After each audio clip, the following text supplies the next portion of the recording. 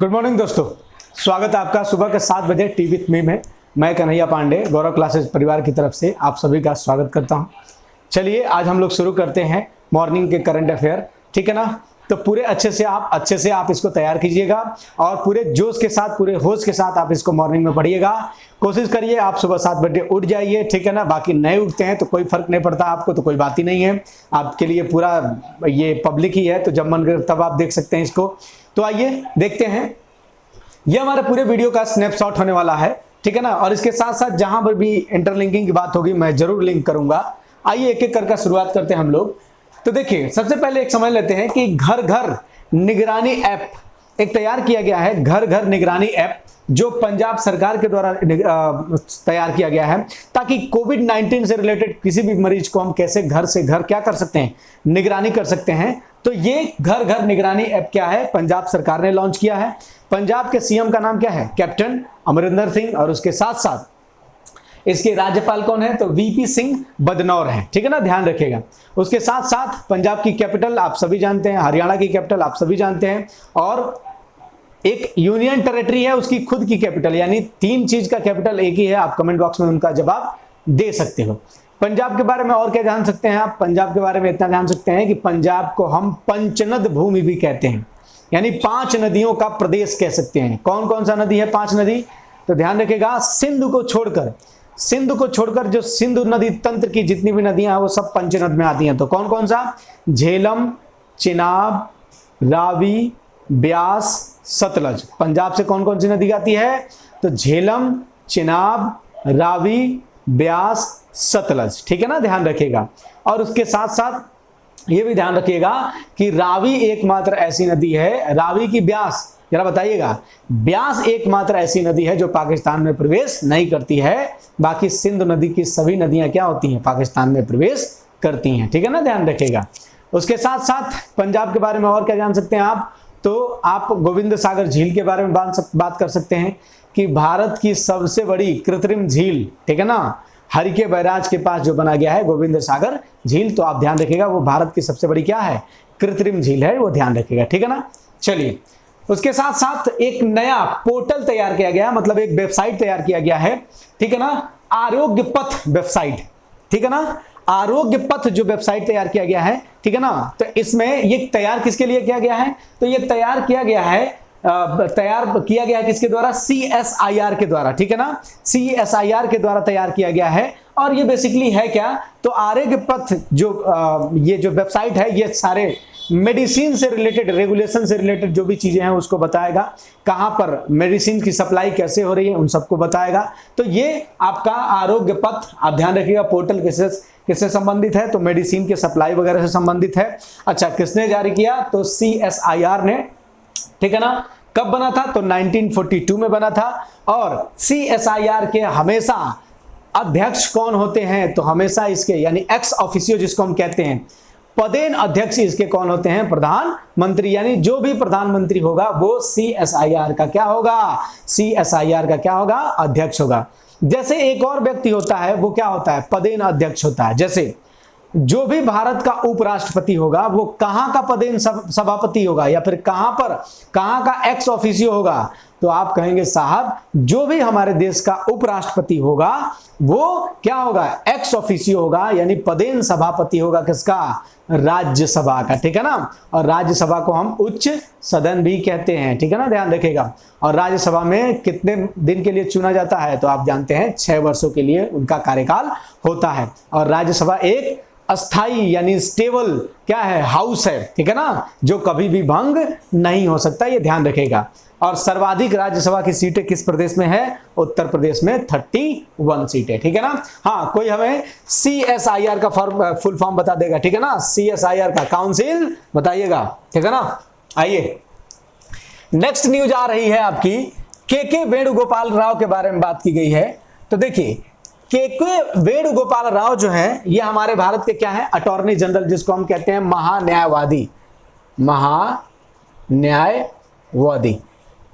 के वेणुगोपाल जो भारत के क्या थे, 15वें अटॉर्नी जनरल थे, महान्यायवादी थे।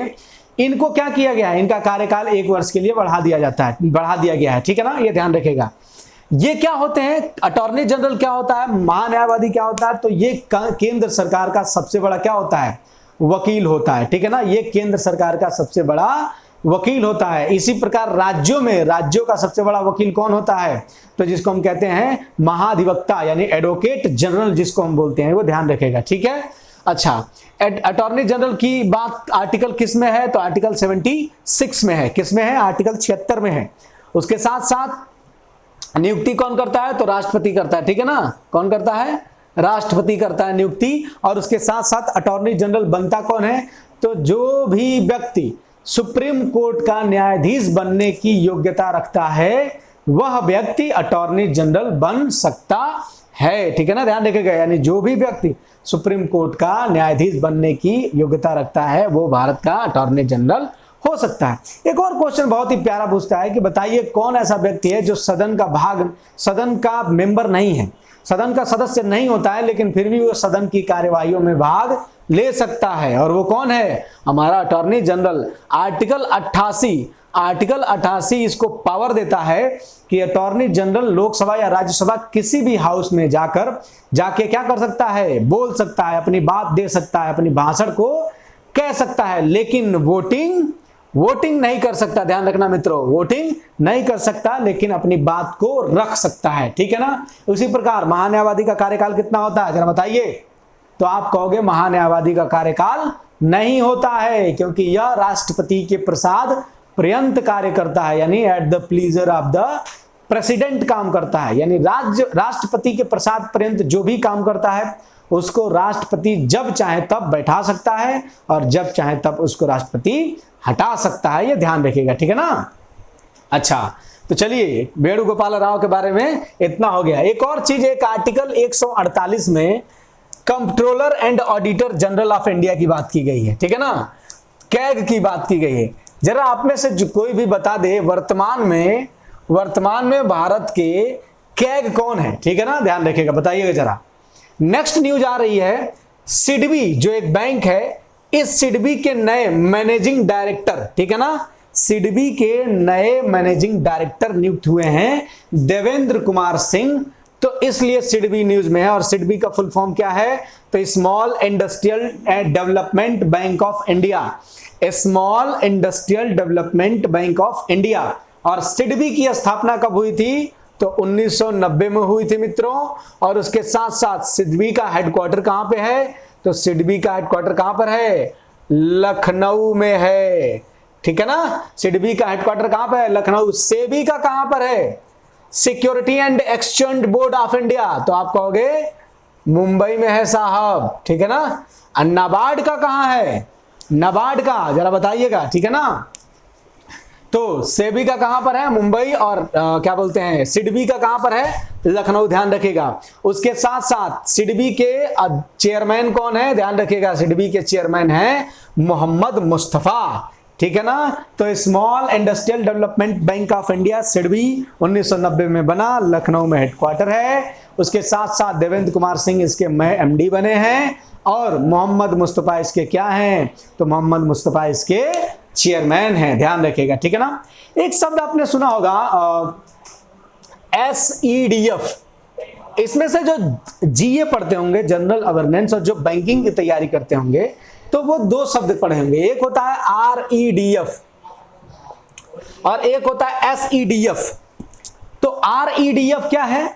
तो REDF एक प्रकार का फंड है, ठीक। RIDF है, सॉरी RE नहीं है, RIDF, ठीक। इसका फुल फॉर्म है rural infrastructure development fund, rural infrastructure development fund.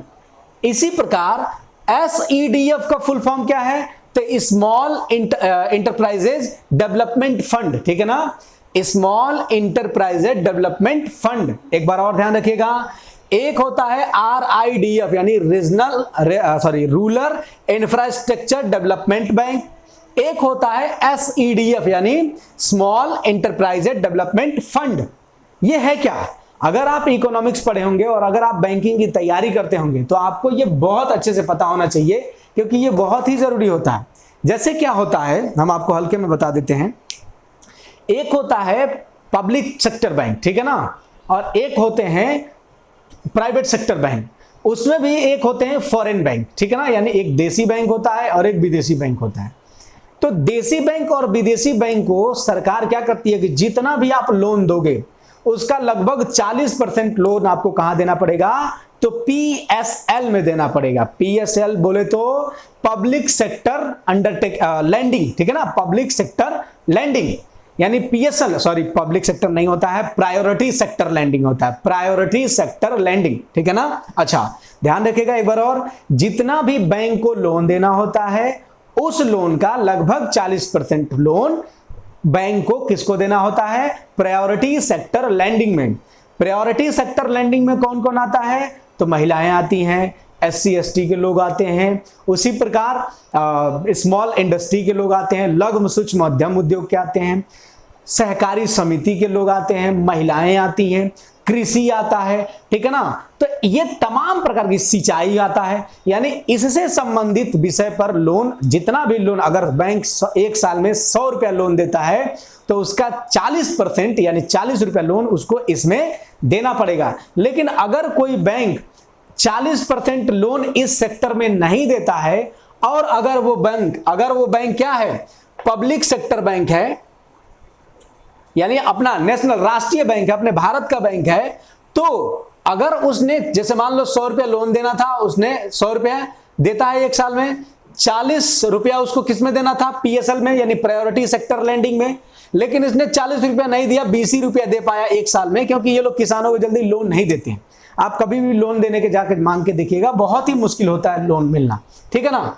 तो ये जो 20 रुपया बचा, यानी इनको देना कितना चाहिए था, 40, लेकिन बचा कितना, लेकिन इन्होंने दिया 20 ही, तो 20 बच गया ना।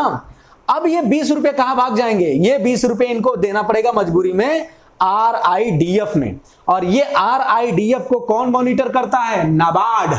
कौन मॉनिटर करता है, नाबार्ड, ठीक है ना। तो नाबार्ड इसको मॉनिटर करता है, किसको, आरआईडीएफ को। इसी प्रकार अगर वो बैंक फॉरेन बैंक है, विदेशी बैंक है, और उसने इस 40% के रूल को फॉलो नहीं किया, तो जितना पैसा उसने 40% रूल में बचाया वो पूरा का पूरा पैसा किसमें चला जाएगा, एसईडीएफ में। और ये एसईडीएफ कौन देखता है, तो सिडबी देखता है, ठीक है ना। आई होप कि आपको क्लियर हुआ होगा, अगर नहीं क्लियर हो रहा तो वीडियो एक बार और से आप दोबारा देख लेंगे तो आपको ये चीजें बहुत अच्छे से समझ आएगी।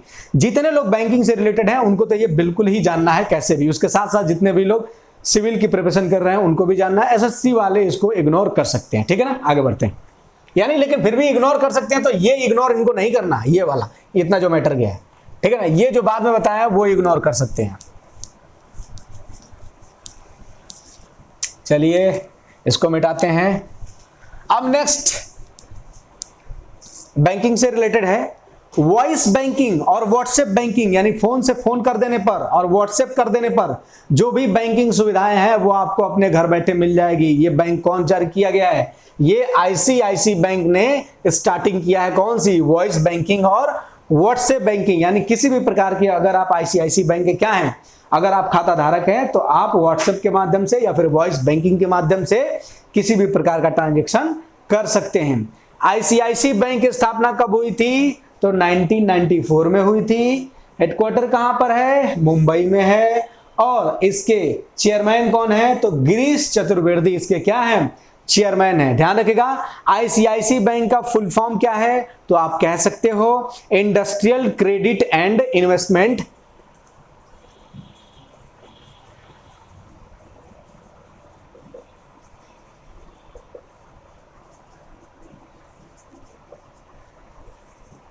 सबको रटा के हम याद कराएंगे सारे भी बैंकों का, ठीक है ना। Industrial credit and investment bank of India, ठीक। अभी इससे पहले सिडबी का फुल फॉर्म क्या था, अभी हम लोग पढ़े ना सिडबी, ठीक है ना। तो सिडबी का जरा बताइए, स्मॉल इंडस्ट्री की स्मॉल इंटरप्राइजेज, जरा बताइएगा, ठीक है ना। अच्छा, सिडबी का क्या है, security and exchange board of India, और नाबार्ड का भी आपको बताना है, ठीक है ना, ध्यान रखिएगा। देखो हम क्वेश्चन क्यों पूछते हैं, हमको कब भूत पकड़ा गया कि हम क्वेश्चन पूछते रहते हैं, और आप में से बहुत सारे महान आत्माएं नहीं जवाब देते, कोई बात नहीं, आपने कसम खा ली तो बात ही अलग, नहीं जवाना कोई बात नहीं, आपकी अपनी मर्जी। लेकिन मेरे कहने का मतलब अगर नहीं भी जवाब देते हो कोई बात नहीं। कई लोगों को लगता है कि ना मुन्ना ना, हम तो अपनी प्राइवेसी बचाए रखते हैं, क्योंकि मुझे राइट टू प्राइवेसी चाहिए, और मैं इसे किसी भी कीमत पे नहीं छोड़ सकता। ठीक है मुन्ना, आप अपने प्राइवेसी को एंजॉय कीजिए, लेकिन कहने का मतलब है जो भी क्वेश्चन किया जा रहा है उसको आप घर पे जाके एक बार देख जरूर लीजिए। घर पे जाके देखना क्या है, घर ही पे हो, ठीक है ना। अच्छा आगे चलते हैं। हाँ, लगता है ना पढ़ाते पढ़ाते कभी कभी फ्लो में आके लगता है कि हाँ हम तो क्लास में लेक्चर ले रहे हैं, इसलिए हो जाता है। आप सभी लोग समझ रहे होंगे। चलिए, यह महान आत्मा है शंभू एस कुमारन। शंभू एस कुमारन को फिलीपींस में भारत का नया राजदूत बनाया गया है। शंभू एस कुमारन को फिलीपींस में भारत का नया क्या बनाया गया है, राजदूत बनाया गया है। इनका काम क्या होता है, तो जो एम्बेसी होता है किसी भी देश में, दूतावास जिसको हम कहते हैं, उसी में ये लोग काम करते हैं। ठीक है ना। फिलीपींस की राजधानी क्या है, मनीला है। फिलीपींस की राजधानी क्या है, मनीला है। और Asian development bank ADB bank का हेडक्वार्टर कहां पर है मुन्ना, तो मनीला में ही है। और इंटरनेशनल राइस रिसर्च इंस्टीट्यूट कहां पर है, तो कहां पर है, मनीला में ही है। नेशनल राइस इंस्टीट्यूट कहां पर है, कटक। क्या हम सही हैं, बताइएगा हम सही है कि नहीं है। ठीक है ना। अच्छा, तो शंभू कुमार हो गए। चलिए आगे बढ़ते हैं। इनके राष्ट्रपति उतने इंपॉर्टेंट नहीं है, इसलिए हमने हटा दिया। सबके नाम याद रखेंगे तब तो हालत खराब है। इनके बारे में जान लेंगे। बसंत राय जी जो है वो क्रिकेटर थे, इनकी डेथ हो गई। ठीक है ना, इसके बारे में कुछ नहीं। और रणजी क्रिकेटर थे, इनको भूल भी सकते हैं, बस मैंने रख लिया, कोई बात नहीं। भगवान इनकी आत्मा को क्या दें, शांति दें। अच्छा हाँ, आप में से बहुत सारे लोग हिंदी पढ़ते होंगे। जरा मुझे बताइएगा कि आत्मा स्त्रीलिंग है कि पुल्लिंग है। हाँ बताइएगा। हमें हिंदी ज्यादा नहीं आती है, लेकिन फिर भी आप ये तो जरूर बताना। जितने भी महान आत्माएं हैं वो जरूर हमें बताएंगे, जो हिंदी यूपी ट्रिपल की एग्जाम देते हैं वो जरूर हमें बताएंगे कि आत्मा जो है स्त्रीलिंग है कि पुल्लिंग है। ठीक है ना। जैसे कल परसों मैं जागरण पढ़ रहा था आपके करंट के लिए, तो उसमें बहुत अच्छा एक पृथ्वीनाथ पांडे होंगे, आप जानते होंगे, हिंदी जो लोग पढ़ते हैं उनकी किताब आती है, उन्होंने अच्छा लिखा था। जैसे हम लोग कहते हैं कि भगवान इनकी आत्मा को शांति दें, तो उन्होंने बहुत अच्छा लिखा था कि गीता में लिखा गया है कि आत्मा अजर अमर है। आत्मा ना मर सकती है, ना किसी कोई बाण उसको छेद सकता है, ना हवा सुखा सकती है, ना आग उसको जला सकती है, तो उसको शांति कैसी। मुझे बहुत अच्छा लगा। मैं उसका पोस्ट मैं लेके स्टेटस लगाऊं या फिर इधर उधर शेयर करूं, और मैं कोशिश करूंगा कि लगाऊंगा भी उसको, क्योंकि मैं भूल गया था बाद में। और बहुत ही अच्छी उन्होंने इंटरेस्टिंग कहानी दी, उसी में उन्होंने बताया था कि आत्मा स्त्रीलिंग है कि पुल्लिंग है। आप जरूर बताइएगा। ठीक है ना। और इसीलिए बेसिकली मैं जब भी कोई वो होता है तो बहुत कम ही लिखता हूं कि श्रद्धांजलि दे, मतलब क्योंकि सही बात है, आत्मा अजर अमर है तो उसको शांति किस प्रकार की, वो तो फिर से आएगी ही। फिर आइए, यूपी से रिलेटेड बहुत इंपॉर्टेंट, यूपी SSSC वाले कान में तेल डालकर सुने इसको कैसे भी।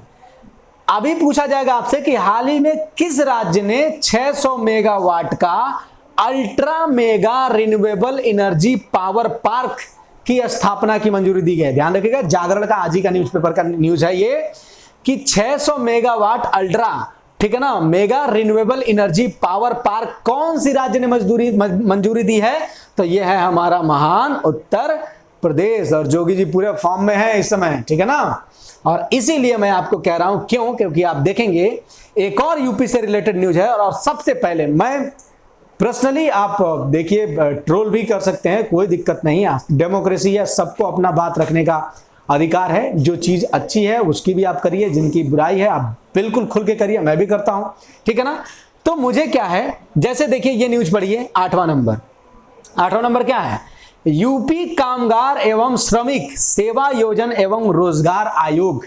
ठीक है ना। यूपी कामगार एवं श्रमिक सेवा योजन एवं रोजगार आयोग को बनाने वाला उत्तर प्रदेश क्या है, सबसे पहला राज्य है। उत्तर प्रदेश पहला ऐसा राज्य है जो प्रवासी मजदूरों पर या फिर जो कामगार हैं उनके ऊपर एक कमेटी बनाएगा, और भारत के इतिहास में पहली बार ऐसा हो रहा है। और ये क्या करेगा कि कैसे जो हमारे प्रवासी मजदूर हैं उनकी स्किल की मैपिंग करके हम उनको कैसे रोजगार प्रदान कर सकते हैं, और रोजगार के साथ साथ उनको सामाजिक आर्थिक सुरक्षा भी दें। सामाजिक आर्थिक सुरक्षा का मतलब है उनको हेल्थ की फैसिलिटी, उसके साथ साथ जो भी उनके भोजन की जो सुविधा है वो सब भी प्रोवाइड किया जाए।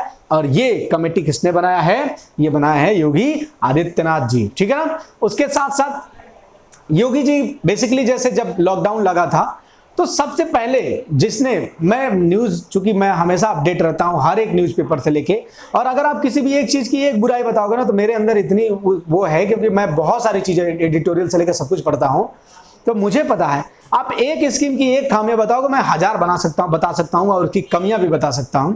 तो शुरुआत में क्या हुआ था, जब मजदूर बहुत ही परेशान थे तो सभी राज्यों को ये पता नहीं था, लेकिन जैसे ही लॉकडाउन लगा था तो सबसे पहले योगी जी थे जिन्होंने कहा कि मैं सबसे पहले जितने भी रेडियो लगाने वाले हैं, ठेले वाले हैं या फिर दैनिक रोजगार के व्यक्ति हैं, उनको मैं 1000 रुपये की क्या करूंगा, सहायता राशि। सहायता राशि बड़ी नहीं है, लेकिन उस बंदे को इतना तो पता चला कि हाँ, कि सच में इनको परेशानी होगी। बाद में सभी राज्यों को पता चला कि हाँ इनको परेशानी होगी, लेकिन योगी जी ऐसा ये बहुत पहले ही कर चुके। तो ये पर्सनली मेरे हिसाब से बहुत ही अच्छा एक कार्य था। एक और चीज ध्यान रखेंगे, यूपी कामगार एवं श्रमिक रोजगार सेवा योजना एवं रोजगार आयोग का जो अध्यक्ष होगा, बहुत ही इंपॉर्टेंट है यूपी पीसीएच के लिए, बहुत ही इंपॉर्टेंट, जो भी देने जा रहा है, का जो अध्यक्ष होगा वो कौन होगा, तो जिसको भी मुख्यमंत्री नॉमिनेट करेंगे, जिस भी कैबिनेट मंत्री को मुख्यमंत्री नॉमिनेट करेंगे वो इस आयोग का क्या होगा, अध्यक्ष होगा।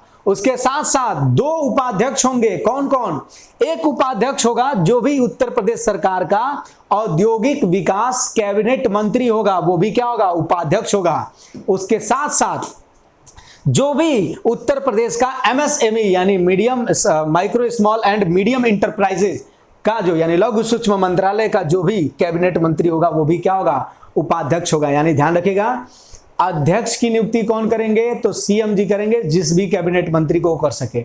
उपाध्यक्ष 2 होंगे, एक औद्योगिक विकास मंत्री और एक एमएसएमई मंत्री। उसके साथ साथ 5 लोग लिए जाएंगे जितने भी लेबर लॉ से रिलेटेड लोग हैं, यानी जिनको लेबर के विषय में यानी श्रमिकों के विषय में बहुत अच्छी जानकारी है, 5 लोग उसमें होंगे।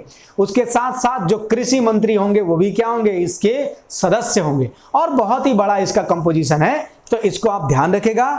आज के इस करंट अफेयर में बस इतना ही, ठीक है ना। स्वस्थ रहिए, खुश रहिए, माता पिता की सेवा करते रहिए और आगे बढ़ते रहिए, पढ़ाई करते रहिए। मिलते हैं फिर से शाम को 7 बजे।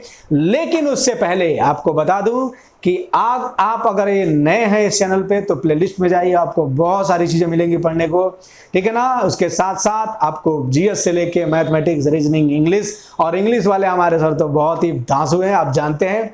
हर वीडियो से पहले उनका एक शायरी दमदार आता है और गाना तो चौकस गाते हैं, तो एक दिन किसी दिन आप लोग उनको गवाइए, ठीक है ना। चलिए मिलते हैं शाम को 7 बजे फिर से ज्योग्राफी की क्लास में। तब तक के लिए जय हिंद, जय भारत।